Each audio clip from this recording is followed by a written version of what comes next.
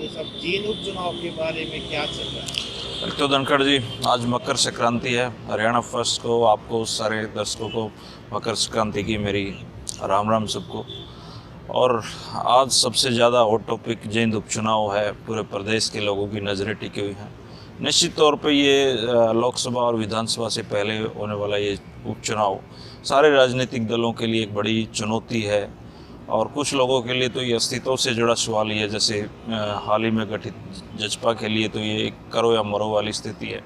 और कुछ समीकरण ऐसे बने हैं कि जो राष्ट्रीय स्तर के बड़े नेता के रूप में लोकप्रिय हो रहे थे, रणदीप सुरजेवाला जी, उनके लिए भी ये चुनाव बड़ा एक चुनौती बन के सामने आया है। क्योंकि अगर वो हारे तो उनकी बहुत बुरी गत होने वाली है। और राजनीति में जो संभावनाएं हैं उन पे इस तरह के उपचुनाव में हार बहुत ज़्यादा असर डालती है।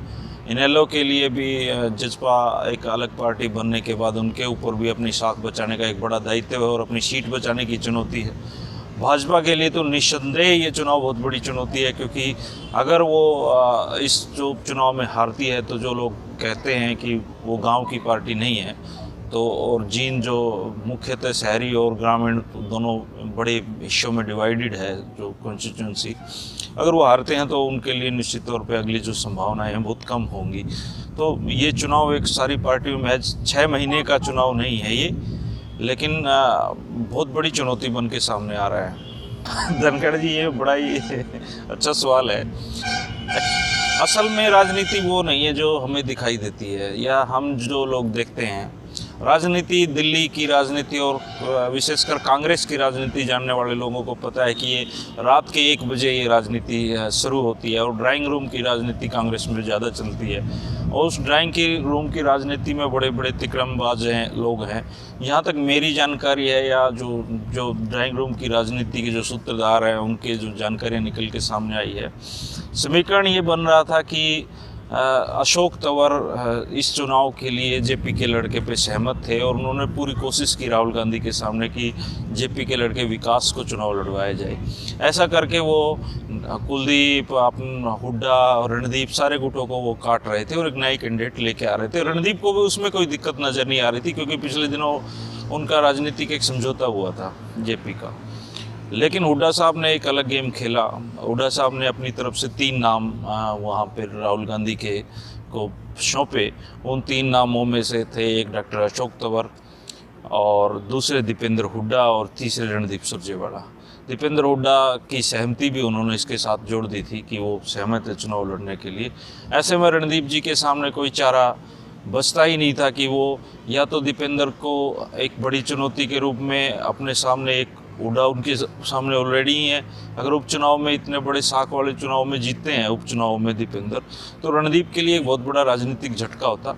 तो रणदीप ने एक तरीके से खुद को बचाने के लिए और राहुल गांधी की नज़र में अपने आप को साबित करने के लिए ये उपचुनाव का न्योता स्वीकार किया है। और उनके लिए वास्तव में ये बहुत बड़ा चुनाव है क्योंकि अगर वो हारते हैं तो बहुत किरकिरी होने वाली है उनकी। देखिए धनखड़ जी, उपचुनाव में अंतिम समय तक कोई ये नहीं कह सकता कि वो जीत रहे हैं या जीतते दिखाई दे रहे हैं। आप जितने भी उपचुनाव उठा के देख लीजिए, अंतिम समय तक मतदाता भ्रमित में रहता है। क्योंकि एक तो नेताओं के जो सपोर्टर होते हैं उपचुनाव में, वो पूरे हरियाणा से आते हैं। पूरे प्रदेश के जो सपोर्टर हैं वो इकट्ठे होते हैं, जिनको मैं अपनी भाषा में टीडी दल बोलता हूँ। ये टीडी दल हरियाणा में 3-4 नेताओं के पास बड़े ही सशक्त हैं। आपने रणदीप के पास अपना एक वर्करों का एक बड़ा सपोर्टिव सिस्टम है, और चौधरी धर्मवीर के पास एक बड़ा सपोर्टिव सिस्टम है, जयप्रकाश के पास, इनको ये टीडी दल बोला जाता है हरियाणा में। बड़े जो राजनीतिक मजे लेने वाले लोग हैं वो, तो ये जो सारे टीडी दल, अब एक टीडी दल अब जेजेपी का भी है। इनके बहुत सारे यूथ के जो वर्कर हैं, अब आप देखोगे जींद में पूरा डेरा डाल रखा है उन्होंने। तो जेजेपी के लिए ये चुनाव आप ये मान सकते हो कि करो या मरो का ही चुनाव है। क्योंकि अगर वो इसमें दूसरे या तीसरे नंबर पे, तीसरे तक भी चले जाते हैं तो उनके लिए प्रदेश में राजनीतिक संभावनाएं जो हैं आगामी, वो बहुत ही कम हो जाएंगी।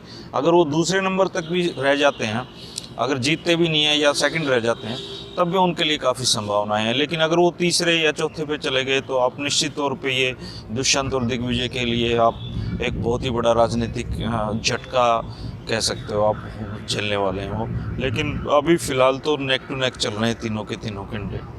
रणदीप भी अच्छा चल रहा है, मिड्डा भी अच्छे चल रहे हैं, जेजेपी भी अच्छी चल रही है। और आखिरी तक मुझे जहाँ तक मैं जींद को समझता हूँ, ये चुनाव पूरा ही जातिगत समीकरणों पे तुलने वाला है। और मिड्डा का नुकसान जो सैनी जी की पार्टी का कैंडिडेट आसरी वो करेगा, और रणदीप और इनमें से जाट मतदाताओं ने अगर किसी एक को चुना तो निश्चित तौर पे वो जीतेगा। अगर डिवाइड हो गए तो मिड्डा भी निकाल सकते हैं टिकट बीच से। देखिए, ऐसा तो नहीं कह सकते वो फाइट में नहीं है, पर वो जीत की पोजीशन पे तो कम से कम अभी फिलहाल नहीं दिखाई दे रहे धनखड़ जी, क्योंकि उनका कैंडिडेट, इन तीनों जो कैंडिडेट हैं उनके कद के सामने कहीं नहीं ठहरता है। निश्चित तौर पे वो वहाँ पे एक बड़े गांव से संबंध रखते हैं, उनके रसूख है, उनके डेयरी के माध्यम से भी काफ़ी किसानों से, हज़ारों किसानों से वो सीधे जुड़े हुए लोग हैं। ऐसा नहीं है कि वो हल्के कैंडिडेट हैं, लेकिन इन तीनों हैवी वेट कैंडिडेट जो हैं, देखिए मिड्डा के लिए तो पूरी सरकार वहाँ पे जुटने वाली है, रणदीप के लिए पूरी कांग्रेस वहाँ जुट गई है। और आपने देखा होगा कि जो ये एक दूसरे को बिल्कुल अंदरूनी तौर पे नहीं चाहते हैं, वो भी एक दूसरे के लिए मदद करने के लिए, मतलब कर नहीं रहे होंगे, दिखा तो रहे हैं कम से कम। इसी तरीके से दुष्यंत के सपोर्टर वहाँ पे जुटे हुए हैं। तो कुल मिला के उनके सामने इनेलो का जो कैंडिडेट है वो बोलती आप जिसको लो प्रोफाइल कह सकते हैं वो है। अब जनता को चुनना है, फैसला करना है, तो उसमें जब इतने हाई प्रोफाइल चुनाव में है तो इनेलो का कैंडिडेट निश्चित तौर पे थोड़ा सा हल्का पड़ता है, और उसका नुकसान उनको अंतिम समय तक देखने को मिल सकता है। देखिए, शायद मिड्डा जी के अकेले के बस का कुछ नहीं है। भारतीय जनता पार्टी के प्रत्याशी की बात है, वो उनके पास जो सहानुभूति भी थी डॉक्टर मिड्डा जी के निधन के बाद, वो भी उन्होंने पार्टी बदल के गंवा दी है। तो ये सारा चुनाव उनका मनोहर लाल खट्टर जी को लड़ना है और उनकी कैबिनेट के सदस्यों को लड़ना है। मुझे लगता है कि वो पूरी फाइट देंगे इस चुनाव में। ये स्ट्रेंथ और वीकनेस ये है कि एंटी इनकम्बेंसी का जो है, और इतने हैवीवेट कैंडिडेट उनके सामने कांग्रेस ने उतारा है, और जेजेपी का कैंडिडेट है, तो इसका ये नुकसान बीजेपी को है। और फ़ायदा ये कि उनकी सरकार है, और सरकार का तो आपको पता ही वजन ज़्यादा होता है। रणदीप जी के पास अपना एक कैडर है, अपने एक सपोर्टर हैं, और अगर इनको दूसरे जो उनके कांग्रेस में प्रतिद्वंदी हैं, हुड्डा साहब हैं, तंवर हैं, बिश्नोई हैं, जो भी हैं, अगर वो सही मायने में भी मदद ना करे तो इससे उनको कोई खास फर्क नहीं पड़ता, क्योंकि उनको चुनावी मैनेजमेंट आता है खुद का। ये उनका प्लस पॉइंट है। और नेगेटिव पॉइंट ये है कि जो आपने सुना होगा, एक ऑडियो वीडियो आ रहा था, रामविलास जी कह रहे थे कांटा निकल गया है। तो ये जो कांग्रेस में कांटा निकालने वाली जो रणनीति है वो काम करेगी, तो फिर रणदीप जी को का वास्तव में ही कांटा निकल जाएगा। तो और जेजेपी के पास तो मुझे लगता है कि इस चुनाव में खोने के लिए बहुत कुछ है और पाने के लिए भी बहुत कुछ है। उनके पास यूथ है, अभी सबसे ज़्यादा यूथ जिंद में दिग्विजय के पास ही दिखाई दे रहा है। ये उनका प्लस पॉइंट है। उनके पास एक प्लस पॉइंट दुष्यंत जैसा नेता है जो अच्छा बोलता है, जिसको लोग पसंद करते हैं। नेगेटिव पॉइंट ये है कि राजनीति कोई अनुभव नहीं है, वो सिर्फ फेसबुक, ट्विटर, इंस्टाग्राम के नेता के रूप में थोड़ा सा ज़्यादा लोकप्रिय हैं।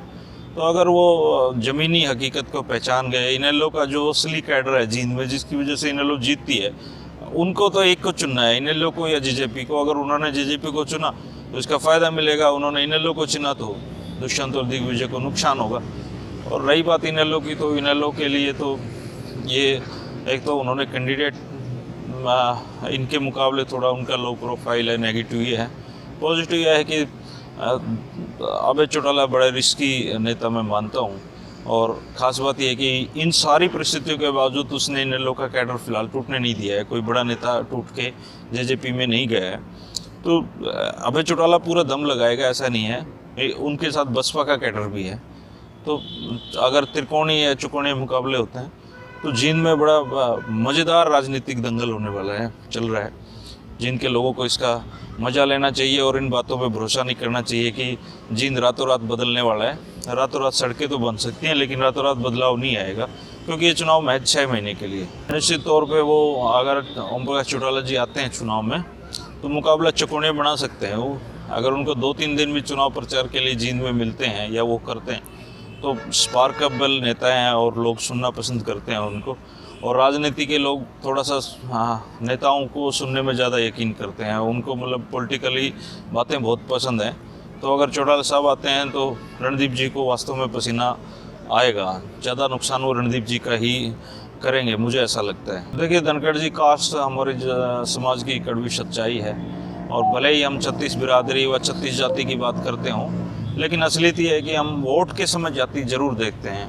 तो और फिलहाल प्रदेश की आबो हवा में जातिवाद थोड़ा सा ज़्यादा है, तो चुनाव में ये फैक्टर बनने वाला है। मैं इससे इनकार नहीं कर सकता कि जाति कोई मायने नहीं रखती है, जातिगत फैक्टर मायने रखती है, और इसी पे जो भाजपा है उसकी उम्मीदें ज़िंदा हैं कि अगर जातिगत फैक्टर चला तो फिर मेडा सीट निकाल सकते हैं।